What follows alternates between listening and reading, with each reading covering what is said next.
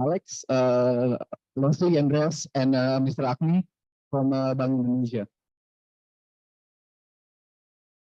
So in general, what we're trying to do, this is our background. So this is from our previous research. Sorry, interrupt. Yes. Please, you hide your volume. Small. No, can you hide? Let me check. Okay now?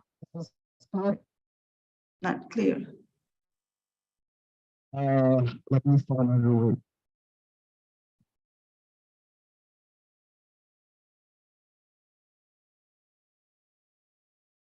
Oh, I'm afraid this is the maximum volume. Yeah, you can make this. Yes.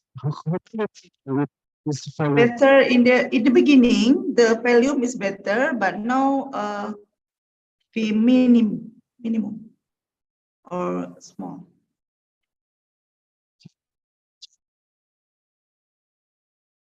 This is not working. I guess this is okay. Still not very clear. I think this is the best I can do with. So this is I think I can hear myself. I try to speak as loud as possible. Okay, just continue. Yes, yes. No problem. So we use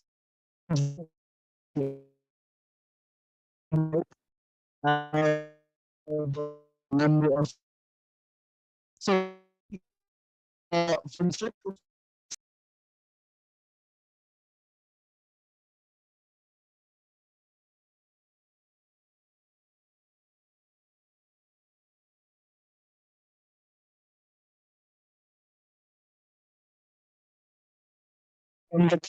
Recording in progress. I see there's a very high imbalance of locations.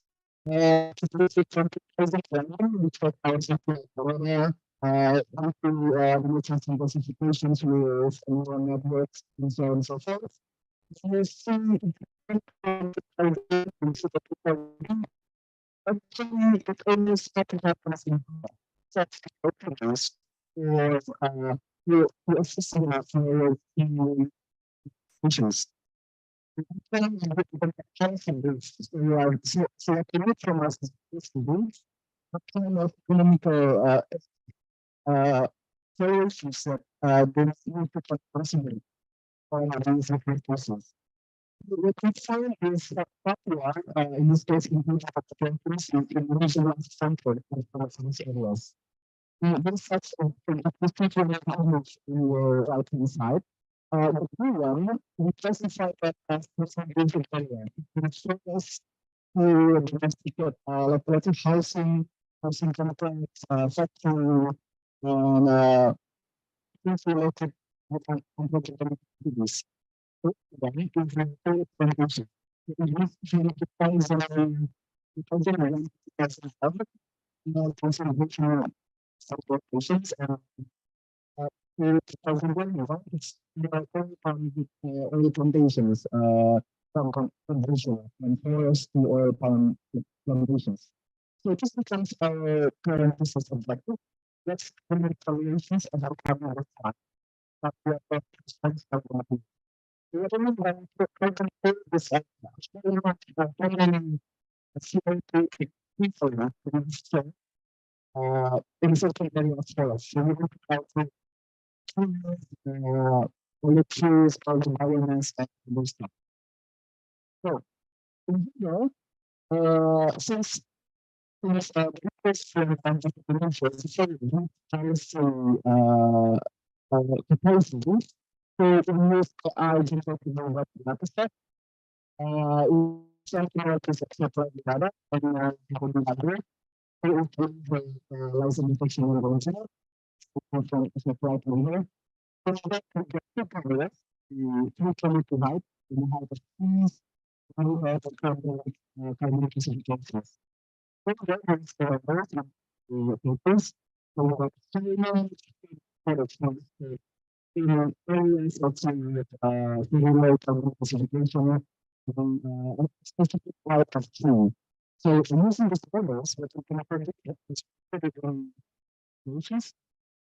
can put paper in your total response levels. What happened is we will correct inside and provide a project facility. One practice that we will strongly is remember this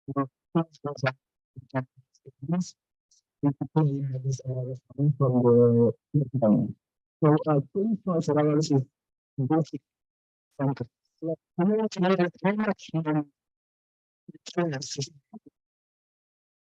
in the plastic level, which supposed to measure it, and then the control analysis general. So the engine, and then it can be up. Yes, some of the people are from, so like measuring.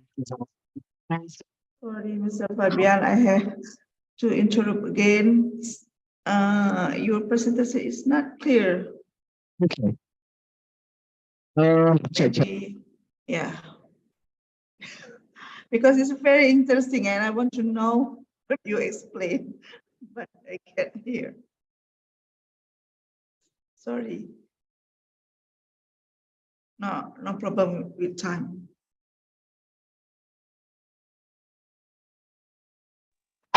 Okay, I'm sorry. Yeah. I'm Thank using you. my other account. Yes, this is very clear. Okay. Yes, Okay, sure. okay. Yes. So we are using Google Earth Engine and Earth Engine apps to apply our algorithm. So Earth Engine apps allows us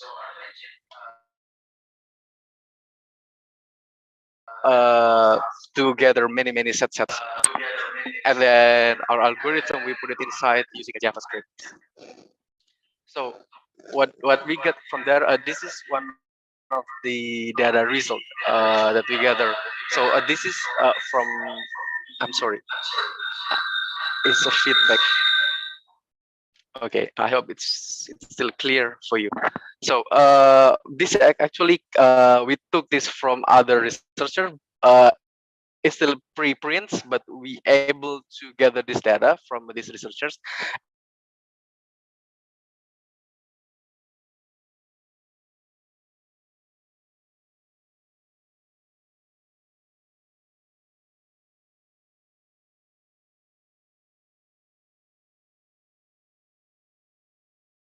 we in each districts, and based on the models that I show you previously, we calculate how much carbon dioxide equivalent from there, and times $5, we get the economic valuation of there, and then we get policy brief for Bank of Indonesia.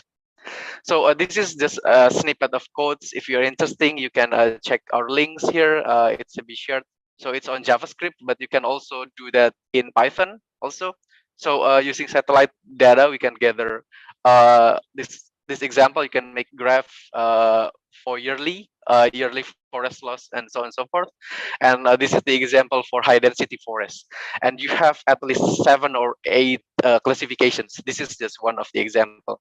So from here, you got the number of area, and then you translate that to CO2 equivalent, and then you get a baseline for a carbon stock.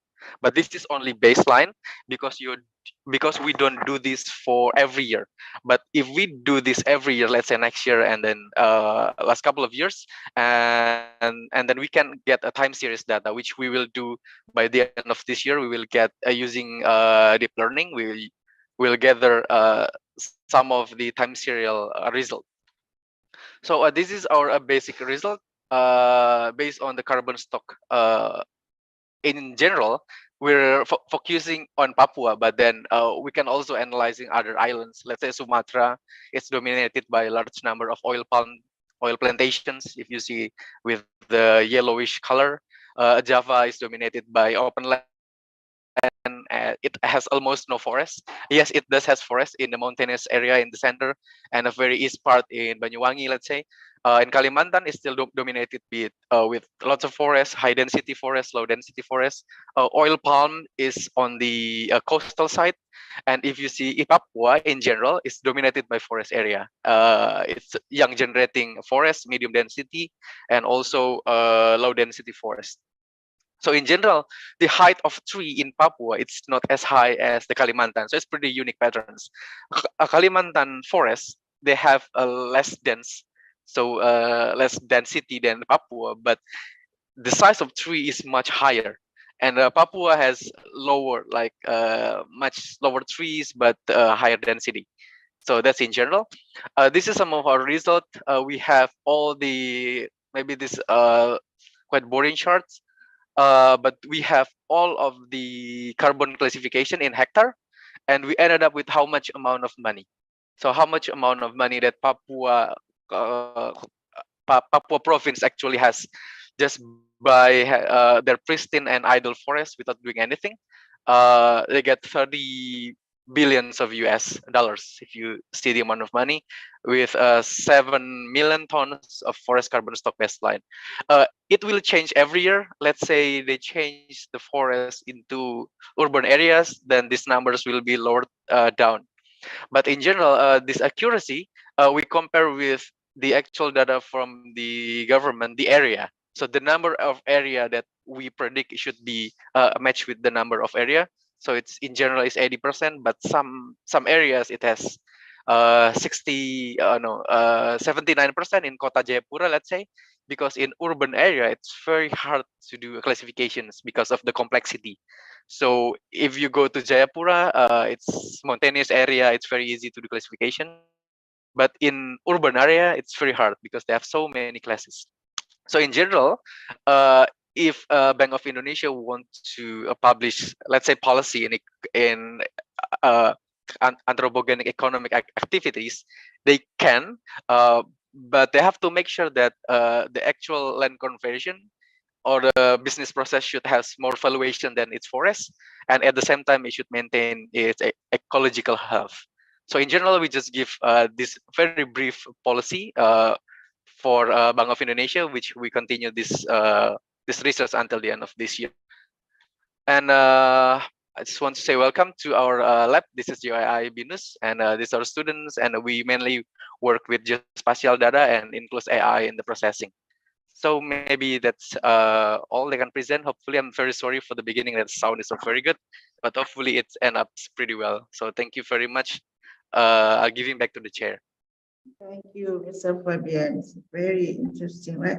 Yes, in the beginning, it's very hard to see what you say. Okay, any question from participant here? Mr. Fabian, I think we will invite you to go to Aceh, because you know here many places in Aceh before now go to make a plant oil, palm oil. So maybe you can continue your research in Aceh, because many plant like Melabo,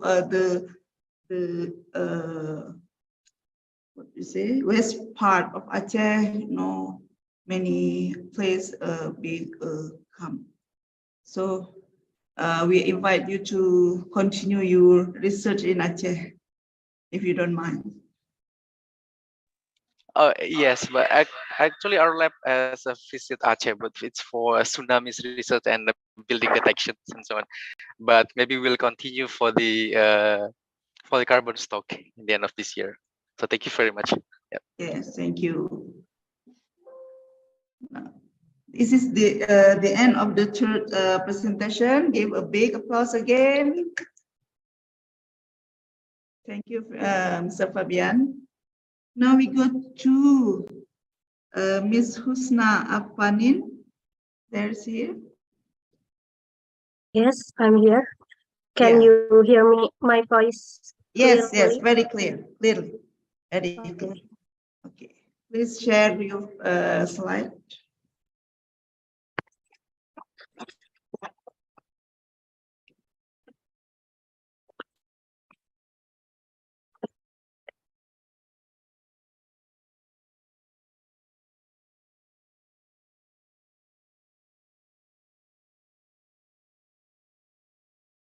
Okay.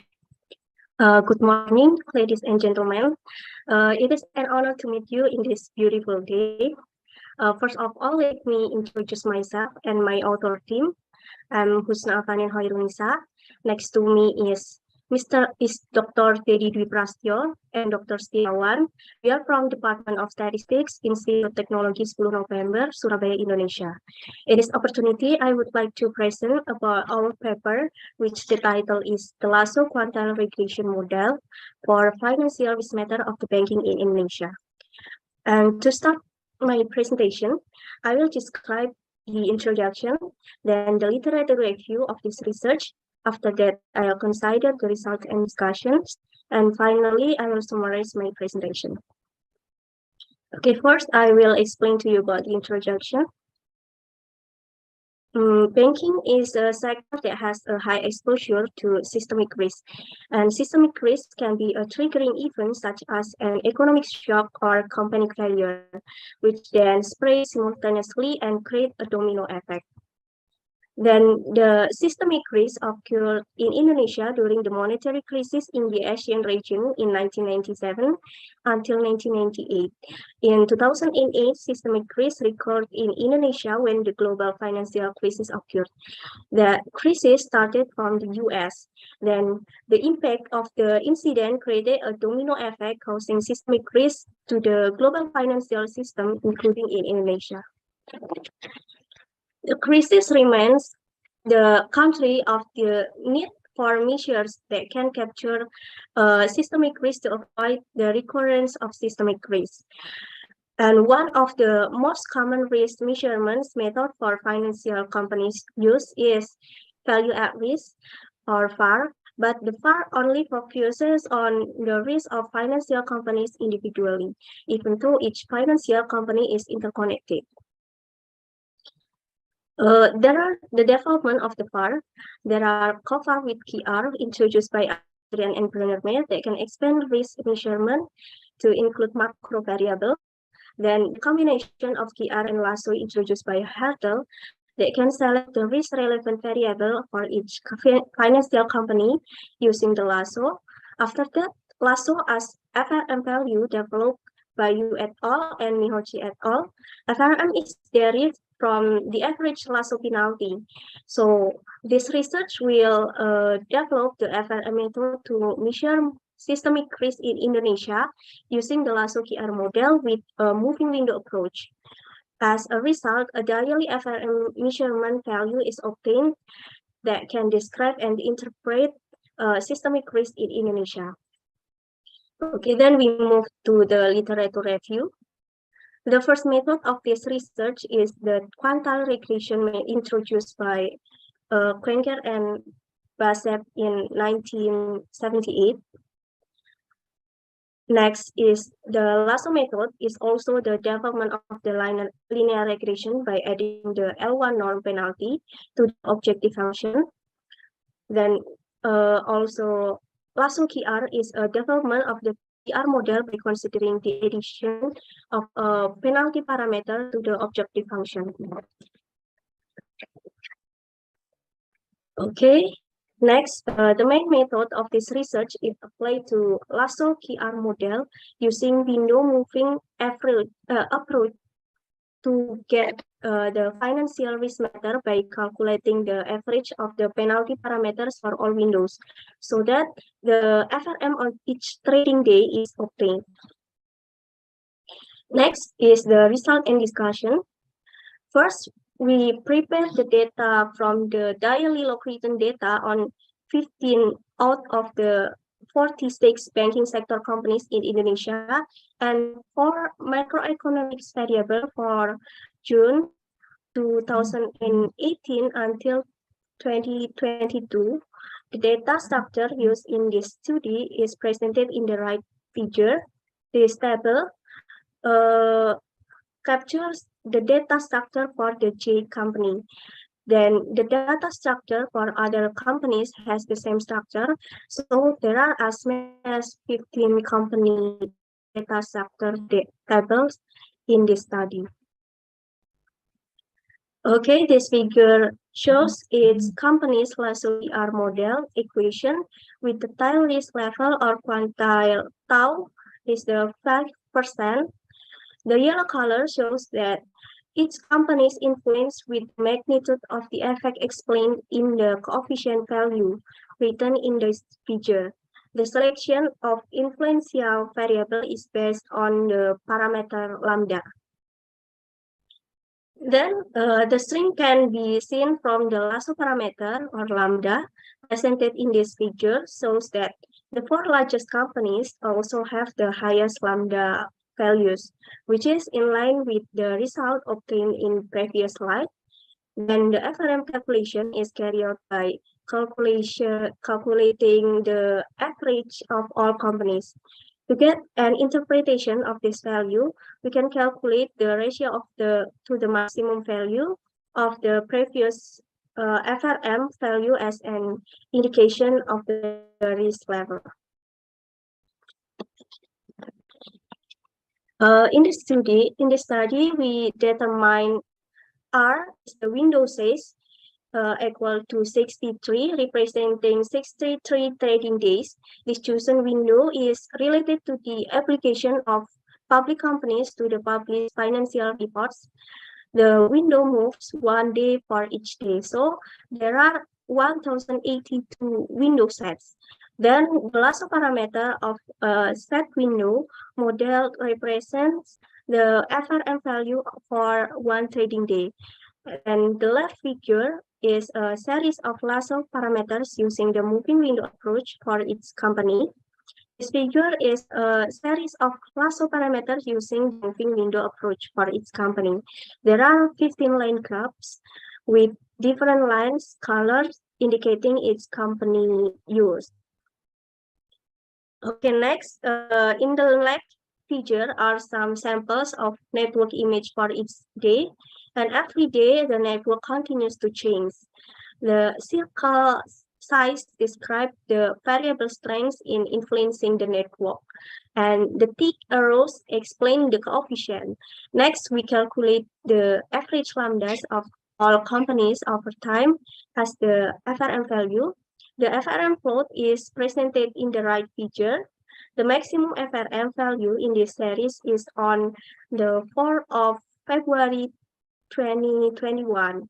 In that quarter, the FRM value tends to be higher than other values. And at that time, investors focus more on economic recovery related to the economic recession caused by the COVID-19 pandemic. Okay, then we calculate the maximum value can be used to determine the risk level in the following days to be measured. On the last day of this analysis, an FRM value was obtained if we calculate the ratio of this value to the maximum value. We get a ratio of 70.2% based on the risk level classification developed by you et al. This value is at the green level, which means a low risk of crisis in the financial market. Okay, finally, I will summarize my presentation. The lasso parameter value in the lasso QR model explains that the four largest banking companies in Indonesia have consistent stock price log return values. The lasso QR modeling using the moving window approach results that the highest risk of FRM in that period being in the first quarter of 2021. The maximum value for February 2021 is related to the economic recession caused by the COVID-19 pandemic. The risk level on the last day is obtained at a green level or low risk of crisis in financial market. Okay, next is there are 14 references of this research. Okay, that was my presentation. My presentation will be beneficial for us. And feel free to interrupt me if you have any question. Thank you. Thank you very much, Mr.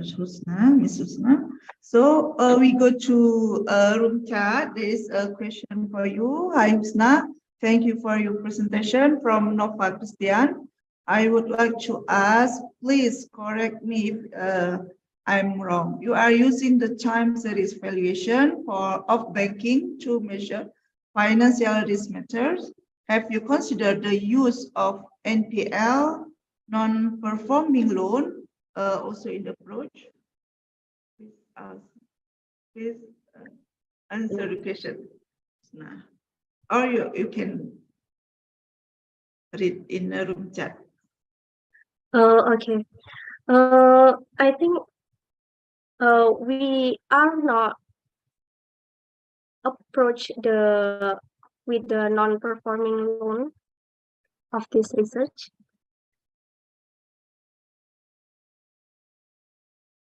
Not used. Okay. Time series not used also. Use time series valuation.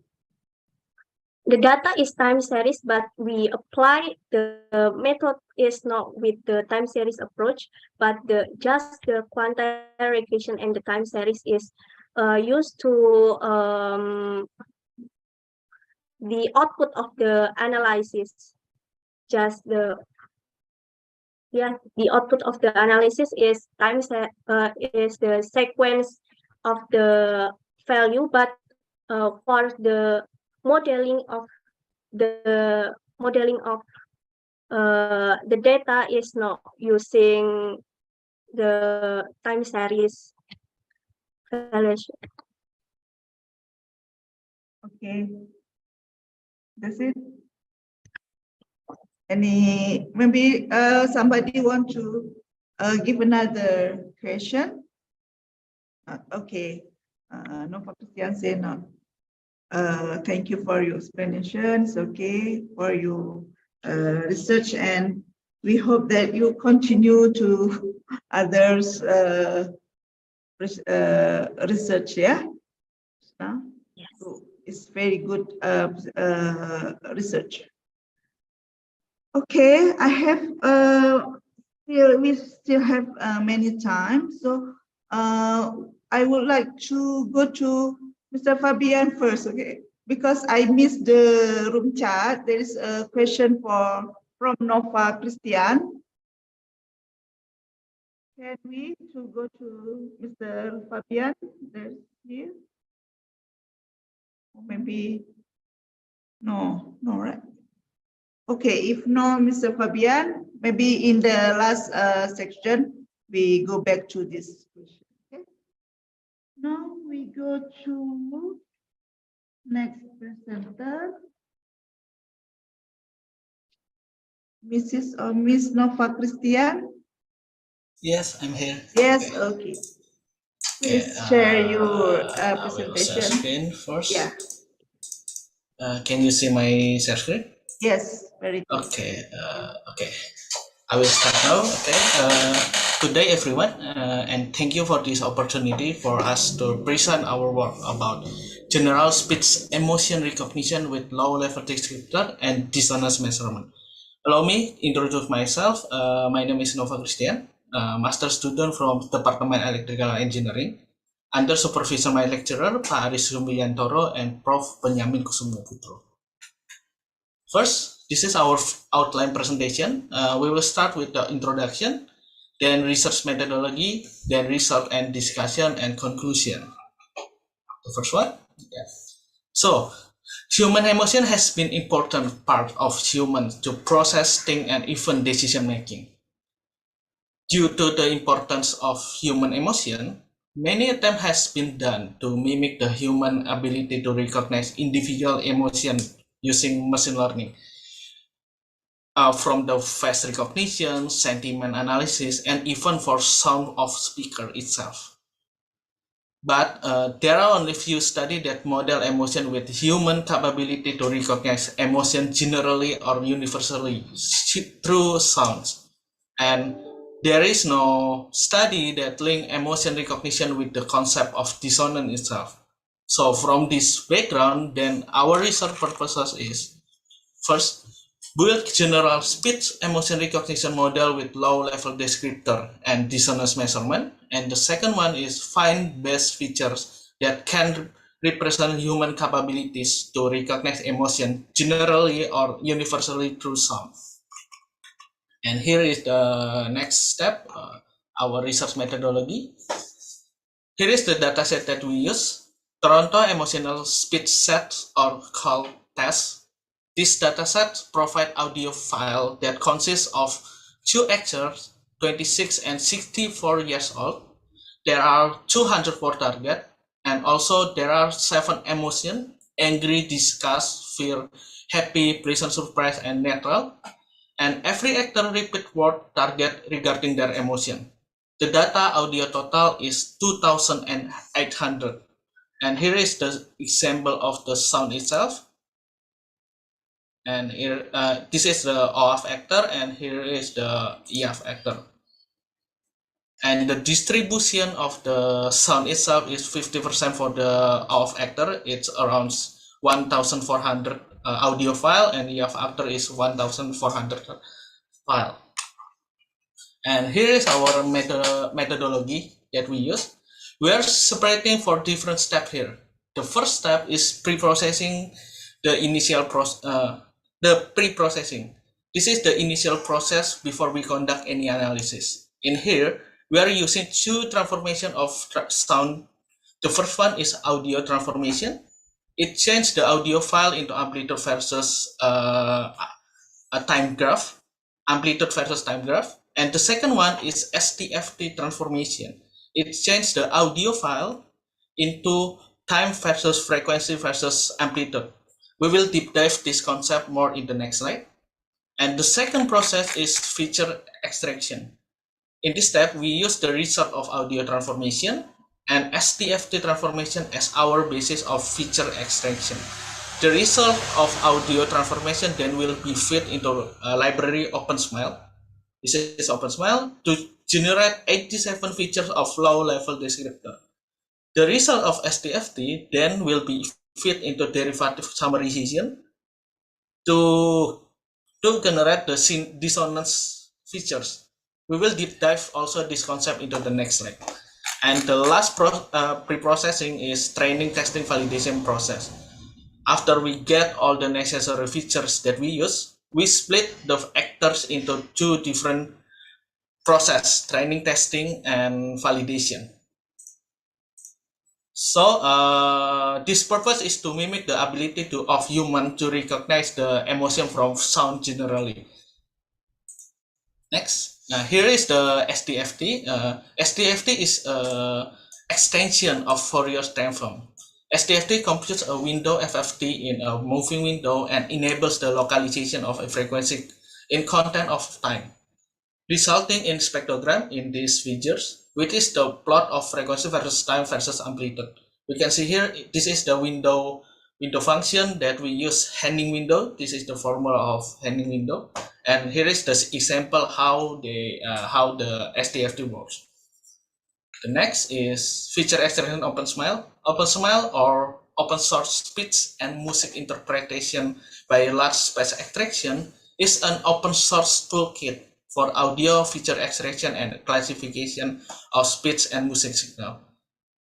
In there are numerous methods. One of them is ICMSA, extended Geneva minimalistic acoustic parameter that we use, that consists of 87 features extraction that include time domain LLD, low level descriptor, spectrum domain LLD, and spectrum.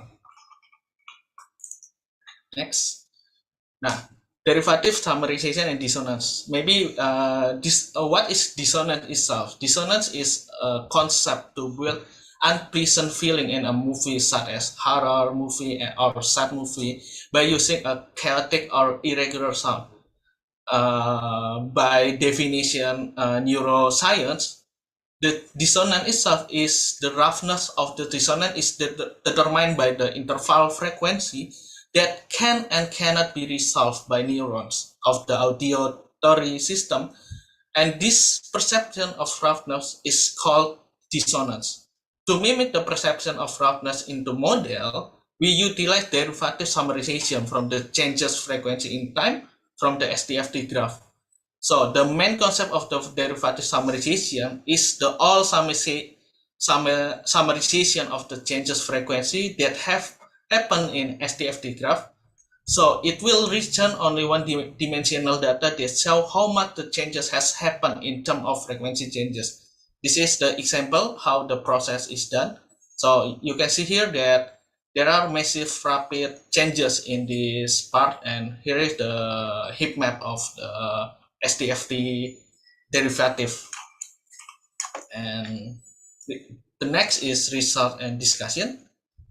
There are three experiment methods that we use to get the best result of prediction, general emotion, and validation of the effect of our approach. The first one is we are using all the features method to test the effectiveness of deep learning with all 87 features of LLD provided by ICMSA plus one dissonance measurement.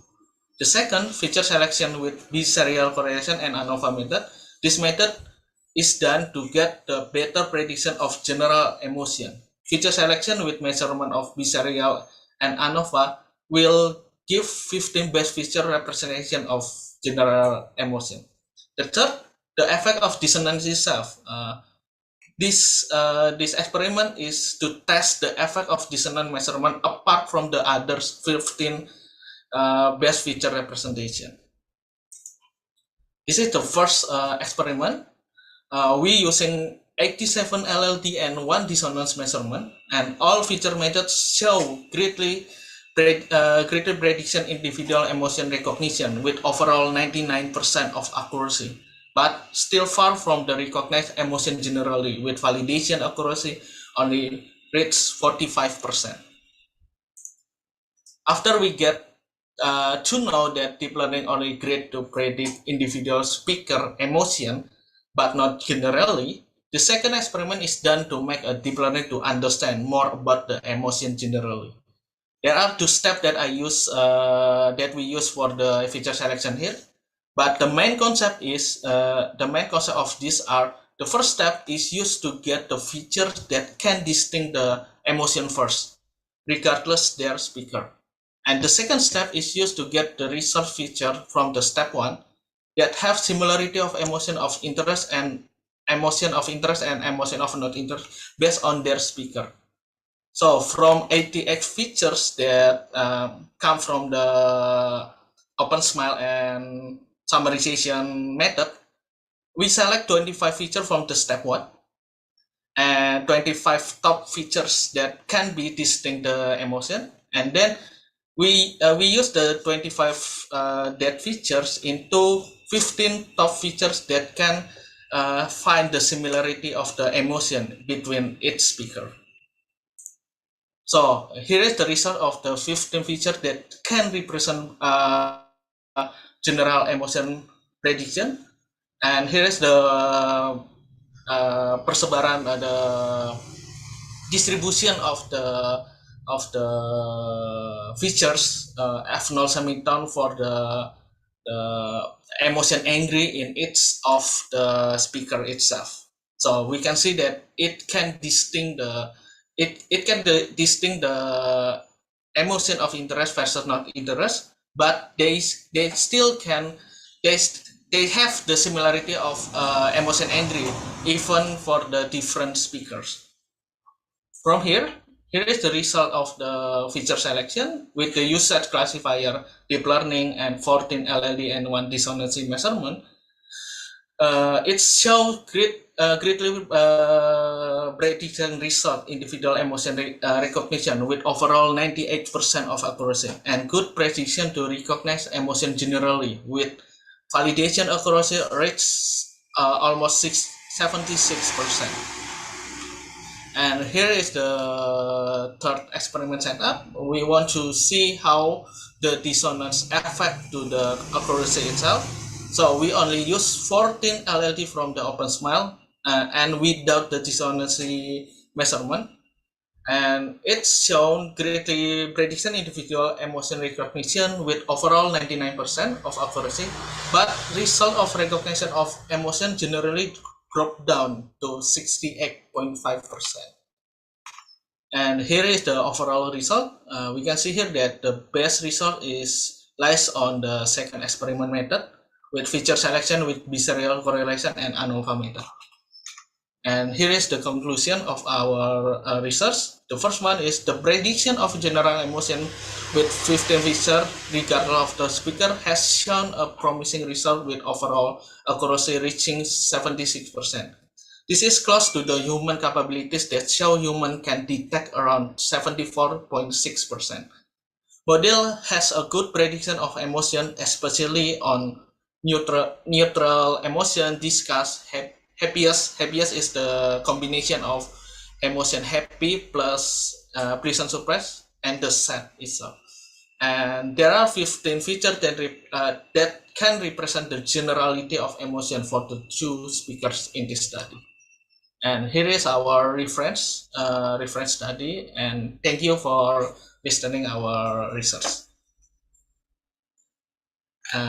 I will get back to you, Mrs. Rahma. Thank you very much, Mr. Nova.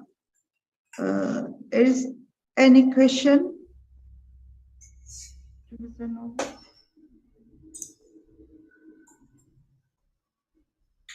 If not, maybe for others, I want to know, maybe I missed something. I want to ask you, Mr. Nova. Yeah. What is low level description here? Oh yeah, I'm not mentioning it. Yeah, that's right.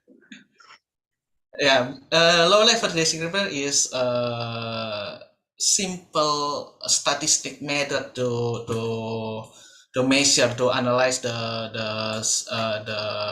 variation of the audio, and there are three types in here. Domain LLD, time domain LLD. It uses the amplitude versus time, such as the average of amplitude,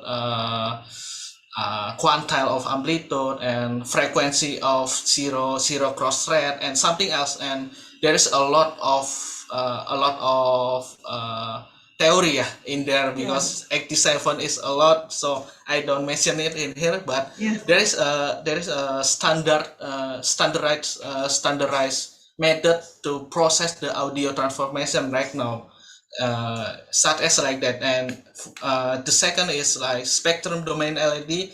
Usually they use FFT to get the high level of how many frequency there, and how the first, second, and the third frequency, the most strongest frequency, and something else like that. And it's usually use statistic in there. Oh, thank you. Yeah. It's very interesting, because in our department, maybe our student can make a simple research from this method. Yeah. Okay, thank you, Mr. Nova. Yeah, thank you, Mrs. Yes. Okay. Before I go to the last presenter, don't forget to fill your attend in. You can see in the meeting chat. Yeah, to that you are here today. Okay. The last presenter, please welcome Nuraini Chelo. Okay, you still maybe you can unmute your speaker. Still mute your speaker. Your speaker still mute, so you unmute your speaker. Nuraini Celong? Okay. Saya start. Yeah, no, I can hear you. Please share your slide to us and start your presentation. Okay. It's my turn Yes. to present now. Yeah. Please share your slide first and then start your presentation.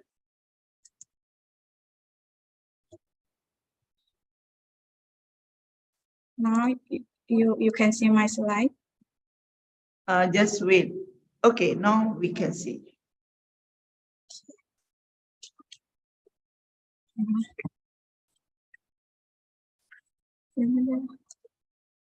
Okay. Good morning, everyone. First of all, I would like to thank you for giving me an opportunities to present my research work entitled Lung Cancer Mortality Pattern in Thailand 2019. My name is Nuraini Chetlong, Master Degree student in Research Methodology from Department of Mathematics and Computer Science, Faculty of Science and Technology, Prince of Songkhla University, Pattani Campus, Thailand. My presentation will go according to the following outline: introduction, objective, research methodology, result, discussion, and conclusion. Before I start, let me define VA versus VR in the context of my research. VR, vital registration, on the other hand, is a system in which dates are officially recorded by the government, suggested by communities leaders. Nuraini, your slide is not go. Maybe you can next presentation go, and then you can press F5. Sorry. Yes, your presentation is not. Come on. I mean, you don't go out from slide, just but you have to click to, yeah, yes. Now my slide. Sorry. I will share again. No problem. Maybe long on. It's okay. Just relax because I how to you. It's okay. Okay.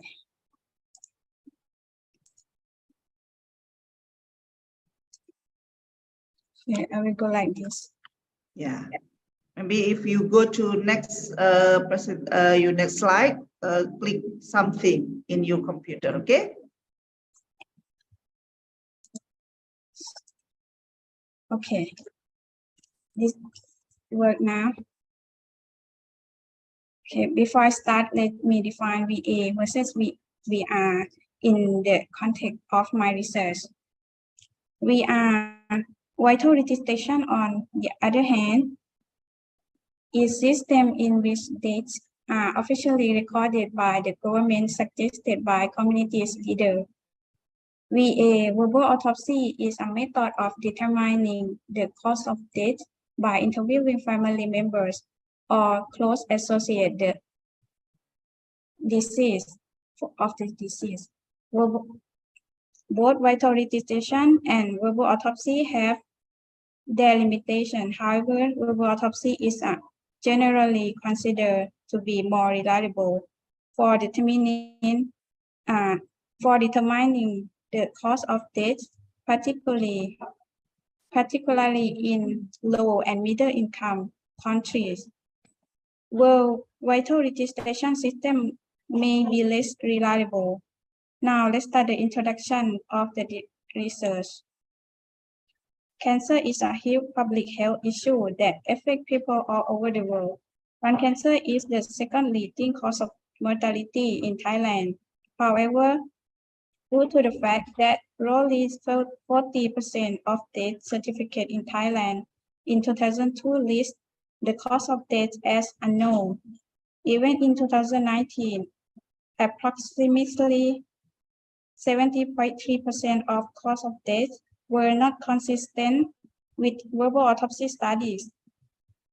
The study was conducted to look into and identify the true cause of death, including the lung cancer death in the VR system. The objective of the research to explore lung cancer mortality pattern and create a model based on verbal autopsy to predict the lung cancer mortality from vital registration in Thailand in 2019. Research methodology. The methodology of this study: first, data source. The main source of this study used for this were two databases, namely the verbal autopsy and the vital registration. The VA data obtained in 2019 was recorded in 9 provinces by the Ministry of Public Health of Thailand. There are 9,219 entries detailing the case, persons, age, gender, province, location, and cause of death. Second part diagram. In this research, we have 9,219 records from 9 VA province and almost 500,000 records from VR of the whole country. We apply the logistic regression. We apply the logistic regression model to the VA to get the 9 coefficient of the 9 provinces. After that, we apply the triangulation method to get the other 68 province coefficient covering the whole country. Then the number of deaths by lung cancer of each province was estimated by using this coefficient. Our result, the descriptive result is shown in the figure 1. In the figure, the percentage of lung cancer deaths classified by province, gender, age group, and VR cause of death were shown in the left, middle, and right panel respectively. Considering by province, the highest proportion of lung cancer deaths was in Chiang Mai. Considering by gender age group, male age 60 to 69 had the highest percentage, and more than 59.4% of lung cancer deaths were consistent with the VR cause report. The main result, the triangulation technique give coefficient for each of give coefficient for each of Thailand's 77 provinces. The average percentage of lung cancer deaths by the VR database for the whole country in the 2019 was 3.14%. The thematic map for all 77 provinces. Lung cancer mortality had different regional patterns corresponding to the 95% confidence interval by provinces. We will show confidence interval in the next slide. In particular, confidence interval shown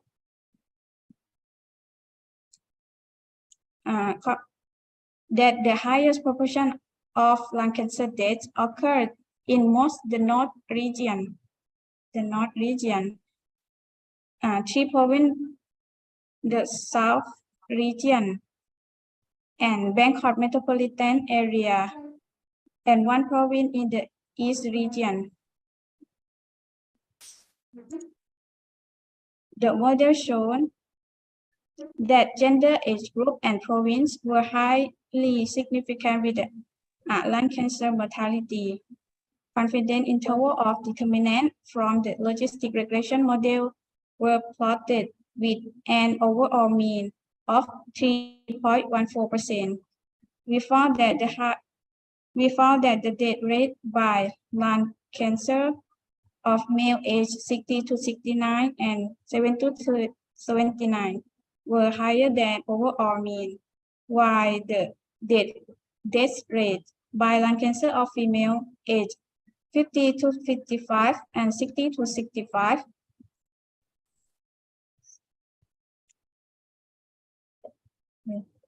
were higher than overall mean. It was also found that among the 77 provinces in the Thailand province, 14 provinces had mortality rate by lung cancer higher than overall mean, and 18 provinces had mortality rate by lung cancer lower than overall mean. The full statistic regression model.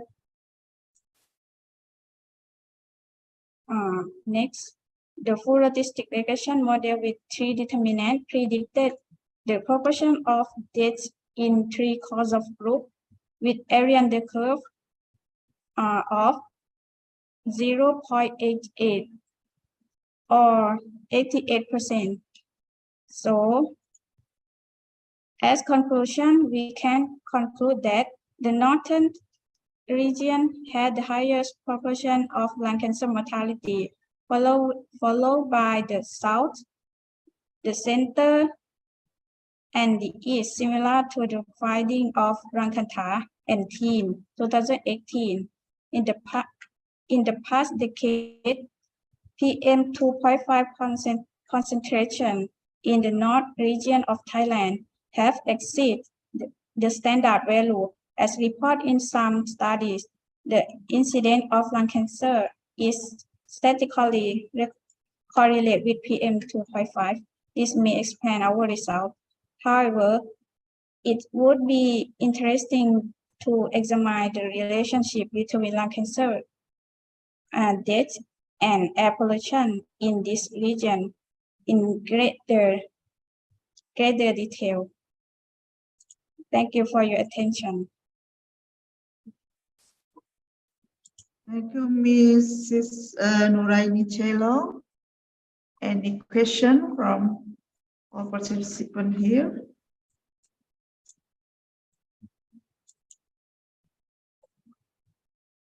Maybe I want to ask you, Yes. Mr. Nuraini, in the third conclusion, you have connection the lung cancer with air pollution. Please describe to us what about the region in Thailand that have air pollution that in that state.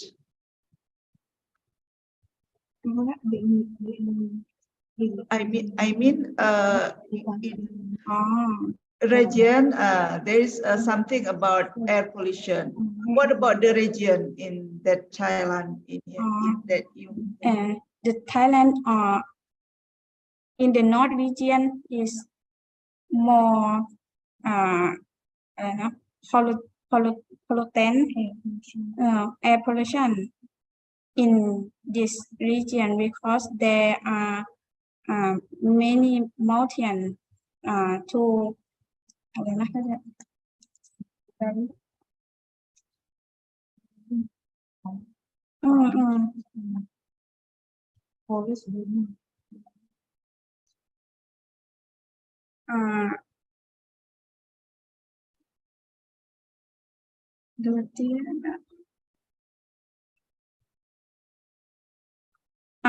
and the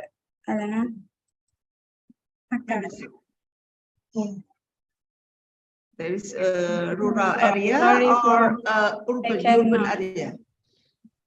There is many something that make air pollution not too good, like sorry, I cannot hear you. Okay, I just want to describe what about the region the state in The Thai that region. that not good Carbon. air in cause air pollution.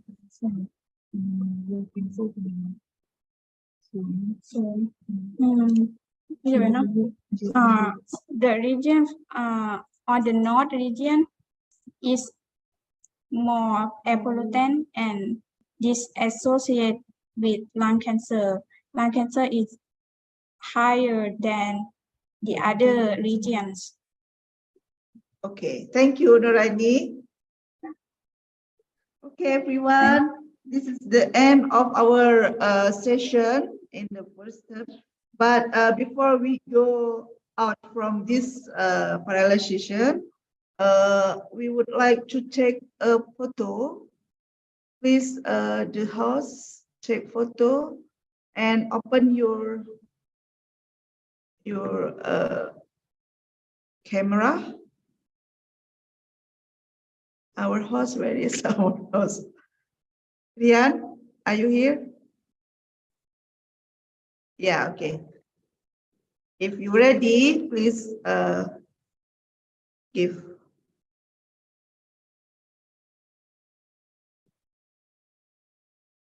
Maybe you come.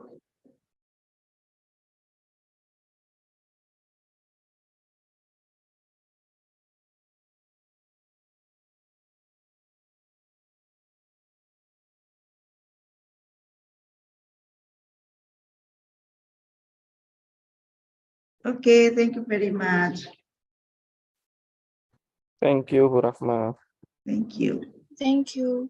Thank you. But I want to inform you, please join to next session for parallel session 5 in 10:40. Maybe you have a link before or no? The link to join because there has absent attendance also, right? So you have to fulfill that absent attendance. Okay, thank you very much for today, and I beg if I have a mistake, and we close this session. Assalamualaikum warahmatullahi wabarakatuh. Waalaikumsalam. Waalaikumsalam. Terima kasih Bu Rama. Terima kasih semua. Sama-sama. Terima kasih, Bu Rahma. Sama-sama.